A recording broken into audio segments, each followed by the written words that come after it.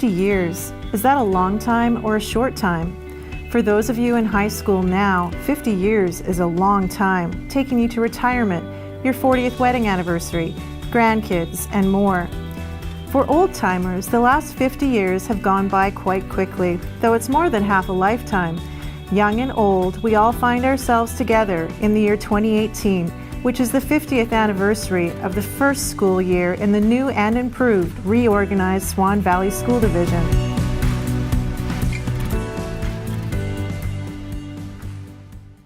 Did you know that before 1967, the school division consisted of over 80 school districts, each with its own one-room school to serve the families in the immediate area? Between 1899 and 1953, schools were built in the valley at a rate of more than one per year. But on March the 10th, 1967, electors of the Swan River Valley and much of the province of Manitoba cast their ballot in the referendum for a single district school division system. It was realized that while the old systems held nostalgia, one-room schools were not getting access to the programs that were found in the larger schools within the towns. Locally, Swan Valley School Division number 35 was established following a referendum, merging 39 schools into one unitary division, with the election for the first Board of Trustees taking place on April the 4th, 1967. What needed to be done then is to come up with a plan of how you're going to facilitate these kids. And it was quite a thing. We had our first meeting in the hospital board room downstairs, the old hospital. That's where we organized, and we didn't have a superintendent, we didn't have a secretary-treasurer. So those are the first things we did. We hired John Kastroff as superintendent and advertised for secretary-treasurer. And then I think we got John McIntosh to try to set up a schedule of transportation. When the 1967-68 school term began in the newly formed Swan Valley School Division number 35 on Tuesday morning, September the 5th, 1967, there were 3,520 students enrolled, with 151 teachers in 9 primary schools and 5 secondary schools.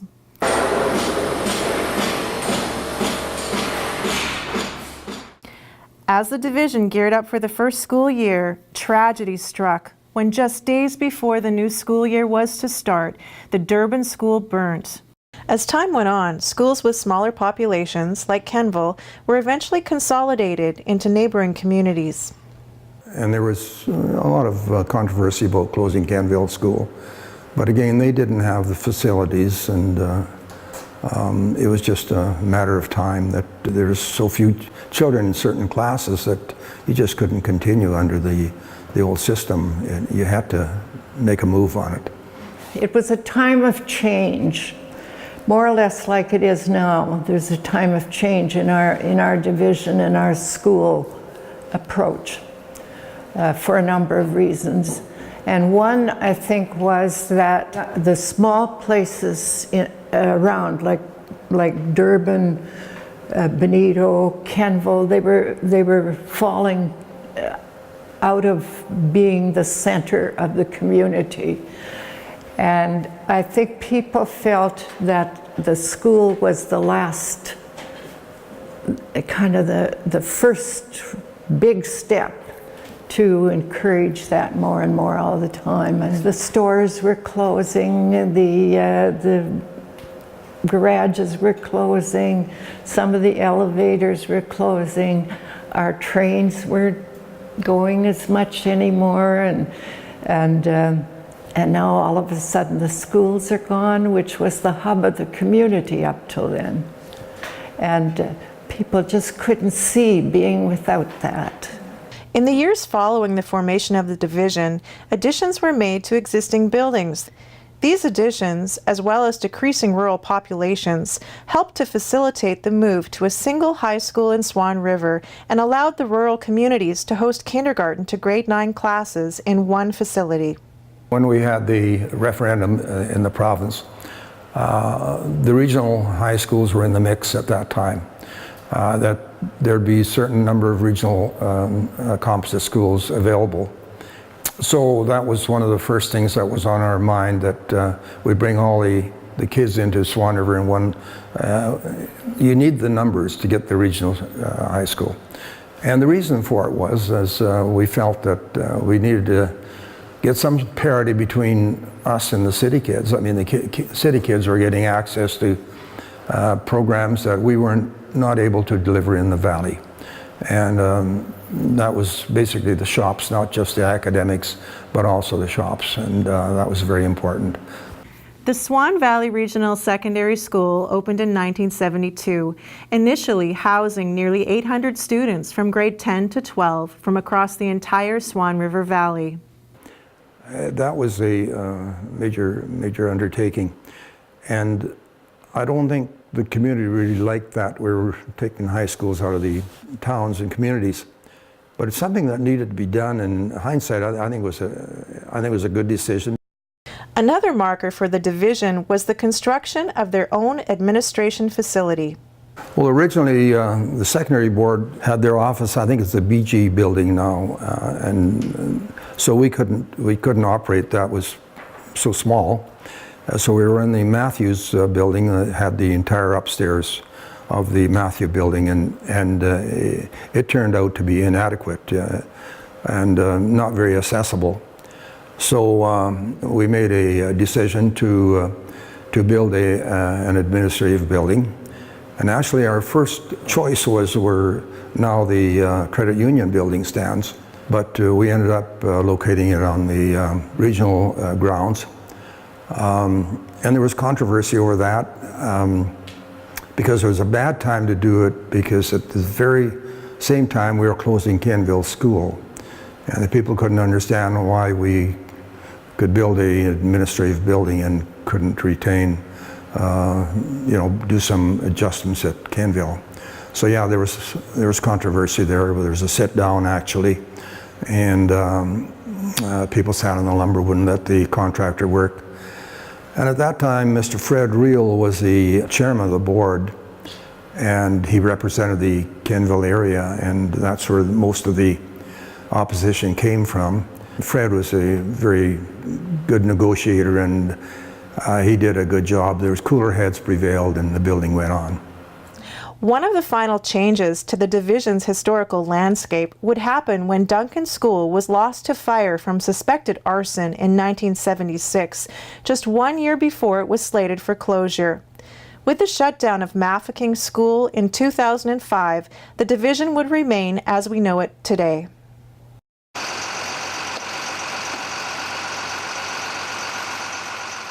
When the Swan Valley School Division was first formed, one of the main priorities was getting a busing system in place. No longer were children able to walk down the road to the nearest country school, and the division was tasked with providing a solution. There was tremendously a lot of meetings, because we had to not only set up bus routes, but we had to buy buses, and that was a major item, because everyone was looking for buses throughout the province at this time. When we set up our transportation, we needed a garage to service these vehicles, and there was an empty garage in Minitoba, and we rented that, I think, for 2 or 3 years until we were able to build a garage. With the help of John McIntosh, who was the Reeve of Minitoba at the time, the division was able to structure the first bus routes used, many still the base of our system today. They also had to hire drivers, which proved to be a difficult task, but the division was able to fill the 60-plus positions. Of course, the roads weren't good. That's another problem that they faced. The roads were nothing like they are now. Wet in the summer and snowbound in the winter. So that was a big problem. Today, the division has 29 bus routes transporting 1,469 students, which is a significant decrease from 63 bus routes moving approximately 3,600 students back in 1967. We also face difficulties in transportation that other divisions in the province don't, but are committed to making sure we provide for the safety of our children above everything else. One of the problems with our division is we have a very large geographical area that we cover. Not only is it large, it has rivers, streams, hills, mountains, and that sometimes puts a big challenge up to creating bus routes and being efficient.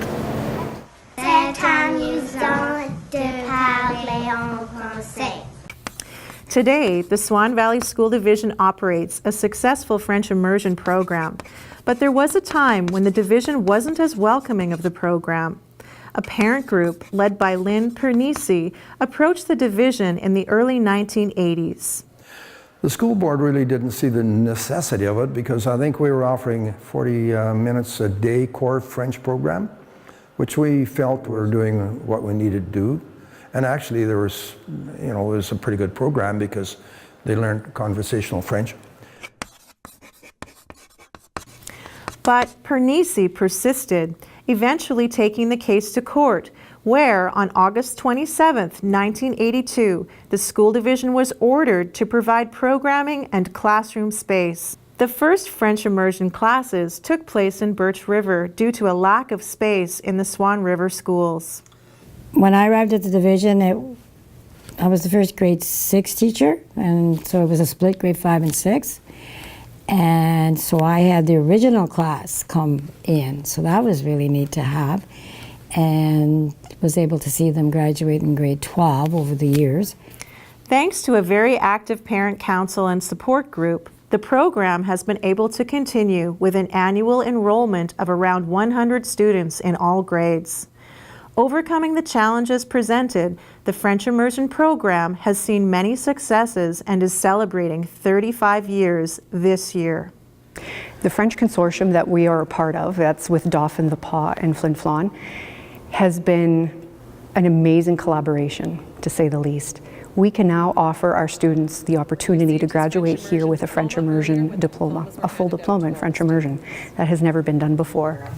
I think we've had a lot of successful students from the program. I keep in touch with many students, and I think that was one of the benefits for them, that even if they aren't totally in a bilingual position, they've used it for traveling and for university studies and to get to know people.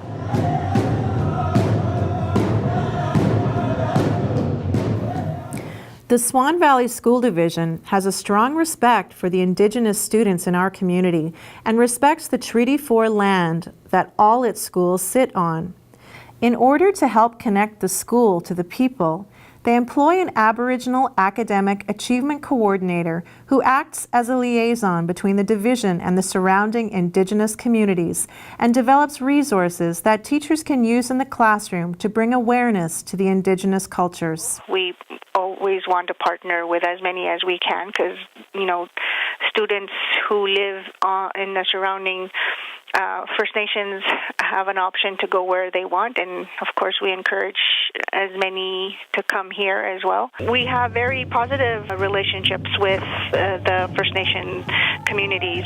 We have programs here at the high school that are geared towards high school students, but we also have programs that are geared towards adults, and so those people that are in the First Nation community have access to those programmings as well if that is the area that they would like to pursue. The division as a whole is also working at all levels to improve attendance rates of their Indigenous students. Working with both the students and the parents and building relationships, the division has seen success with their efforts, increasing graduation rates as well. Our way of learning is just one way of learning, and it's nice to have students participate in activities that they normally wouldn't participate in. They have such a good time learning about each other and accepting each other for who we are and not necessarily wanting to change anybody's opinion.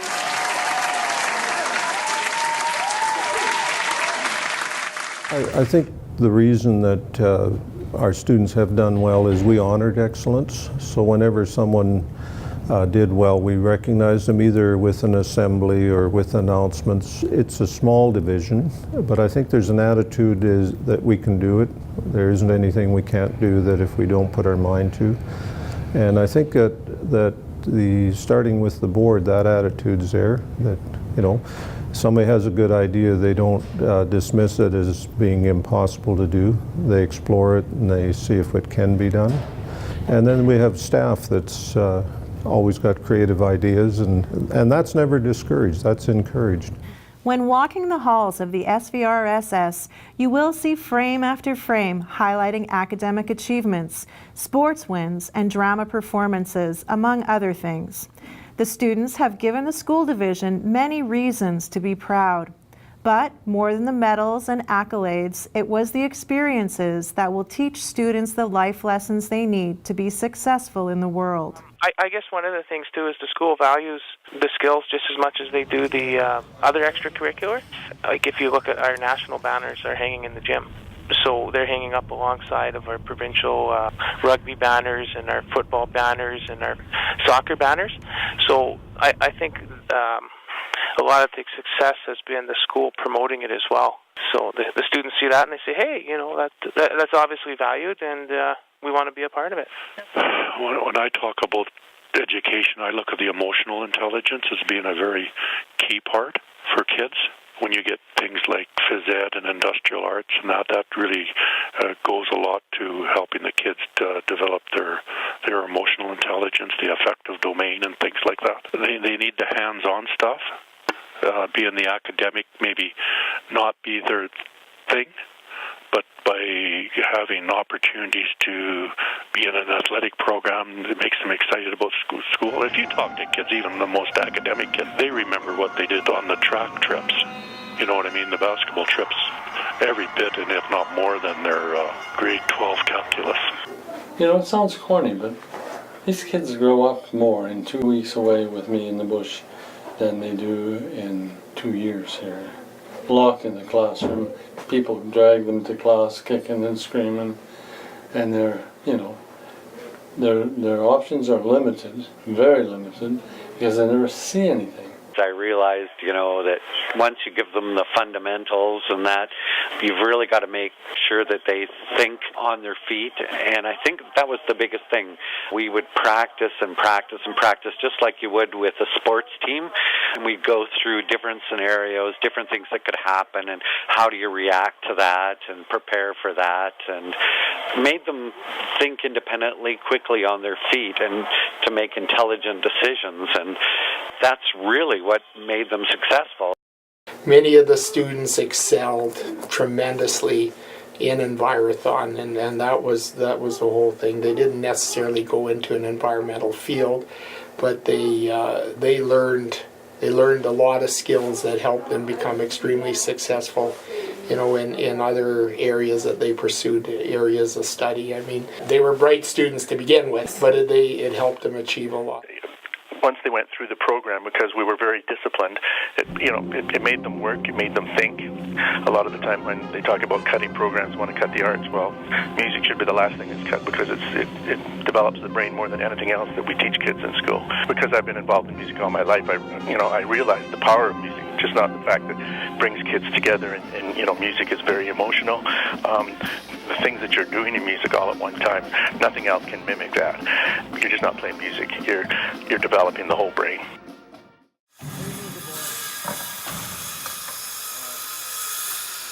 We were always the envy of the province, not that some of the other areas did not have schools like this, but it was the way we approached vocational education. And this school was much like every regional school in the province, in that it offered a kind of a common smattering of vocations but it didn't stop there, and that's the exciting thing about this school division. Some of those programs really morphed and changed with the changing times, and new programs were added.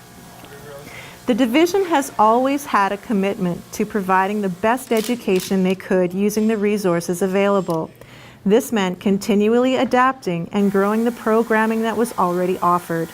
And as programming grew, so did the facilities needed to run these programs. Power Mech led to the whole introduction of the shop you see here, heavy duty mechanics, because that was a growing feature. It's very much in keeping with where the world's at, and now of course we've added carpentry, which again all comes back to what has really been a central theme here, and that is our vocational programming, which serves the needs of students not only today but tomorrow. We had a philosophy that we wanted to offer something for every student, so that every student could feel that education mattered to them, that not everyone was going to university, not everyone's going to maybe go into business or whatever, but as needs changed, I think we were lucky in that we were given the freedom to pursue some of these things. Our board was very responsive and supportive, and I think just to best meet the needs of students for the world that they were going to enter, the work world. Partnerships have been key in allowing the division the ability to grow vocational classes and even provide apprenticeship opportunities to area students. Agreements with institutes like University College of the North and Brandon University, First Nations and Métis organizations like the Albert Chartrand Friendship Center, and equipment manufacturers like Volvo have allowed the division the financial and educational resources necessary for success. There was a philosophy in the division to encourage us to pursue partnerships, and what was nice about that, first of all, it provided resources and also contacts so that our students could, for example, with UCN, they would know a lot about UCN if they were doing any of their programming in collaboration with us at a more affordable opportunity. This division believes very strongly that we have an obligation to, of course, provide quality programming K-12, but that we really do believe in education from cradle to grave. So we have some preschool initiatives going on, but on the other end, we want to support post-secondary education as much as possible grown in the Valley. It is our responsibility to make our resources available and to help and support wherever we can.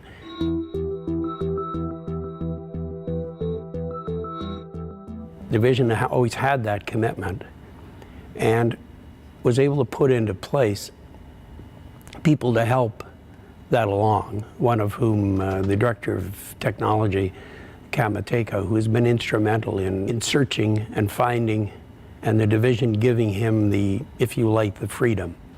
And the administrations over the years at the original school have also been very receptive and open to trying new things. As I took over as a technology director in 1982, as a teacher, we were given some Apple computers, and when I look back, they really didn't do much at all. They were a computer and they had a few little, real cheesy little pieces of software, but it did enter us into the realm of technology. And so today we're sitting with students that have up to 800 devices to use in the school division. We have a 38-kilometer fiber network that connects us together. All our servers are central. We're using the latest software, the same software the City of Winnipeg school divisions are using, and we're able to provide that to our students. We have a fast connection to Winnipeg, so our students have the latest in software and internet connections. If you were to walk in the SVRSS today, you would see some of the most advanced technology on the market. From leading software to 3D printers and milling machines, students can now not only design items, but see them come to life. Not only does this aid in education, but it gives students in the division opportunities for the future. The same is said for the 2 heavy-duty equipment simulators that are on site. We have about 25% of our students going on to post-secondary training. That leaves 75% that don't go. And so they're going to have a whole realm of jobs, and some of them might get further training or they might get trained on the job. I remember back at least 30 years where some divisions said, you know, this technology could come and go and maybe we shouldn't be spending money or getting involved with it. We went to a speaker on the future, and basically he said this: if you're standing at the corner and you want a taxi, you want to go from point A to point B, you don't keep waving the taxi taxi's on. You jump in and you go. And actually that's what we did as a division. We jumped in, we said we're going to do it as much as we can afford, and the board supported innovation. And again, that comes with risk taking, but they're willing to accept that, and it's worked out fine for us.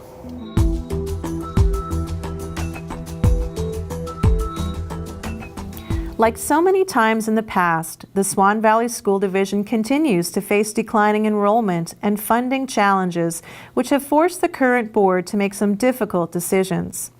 But in the most difficult moments, the strength of the Valley's communities and of the division shines through, and they have managed to find growth and success through partnerships. Anything that the Swan Valley School Division and UCN have done together in a partnership has always resulted in it being better. By our pooled resources and having great people at the table, we've been able to pull off great programs that fulfill industry needs, train people with employability skills, the knowledge and the competencies to gain work in our local community. By us working together, it's helped achieve success for both UCN and the school division, as well as our community and the individuals here that are looking for post-secondary learning opportunities. What makes the Swan Valley School Division so strong and so special is not only the people that we have working for us, but our variety of programming, especially at the high school level. We have over 300 people on our payroll, and it doesn't matter the position.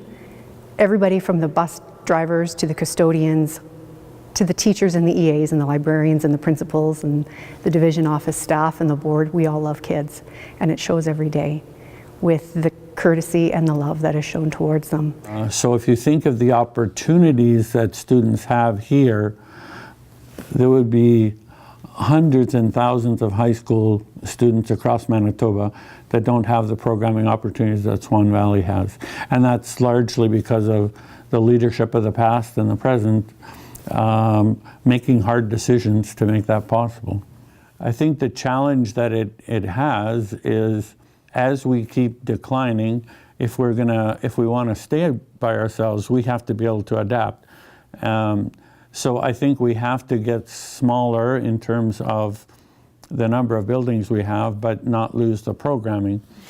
In the coming years, the division would move forward, stretching budgets to the best of their ability and seeking opportunities to bring in additional students.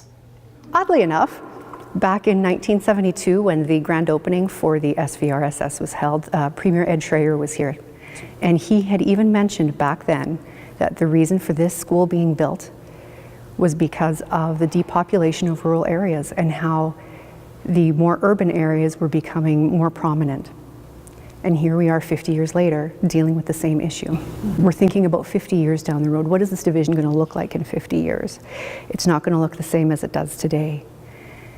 We hope that something happens and we have an influx of students, and we're going to be looking for places to put them all, but we have to think realistically. And if school closures are a part of that, then unfortunately that has to be part of the plan. When thinking about the future of the Swan Valley School Division, I'm hoping in 50 years we can pause and look back at the last 100 years of the Swan Valley School Division and think about how far we've come and all of the great work that's been done to benefit the children of the Valley. Well, I think, we're going through a bit of restraint with the province, and that might be a little discouraging at times, but this too will pass. It's happened before. I think I would encourage people just to keep focused on providing for student needs, encouraging the students, supporting them, and it'll all be worthwhile. You might think that not much has changed in the last 50 years. We still have students in rows of desks reading books. We've gone from film projectors to televisions back to projectors. 3 big advances we already take for granted are computers, the internet, and mobile devices.